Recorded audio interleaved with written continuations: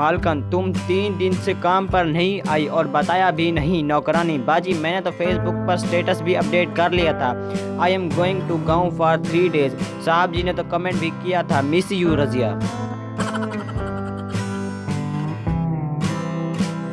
सरदार जी शैम्पू बालों पर लगाने के बाद अपने कंधों पर भी लगा रहा था। बीवी, ये कंधों पर क्यों लगा रहे हो? सरदार, हेड एंड शोल्डर है जाहिद औरत।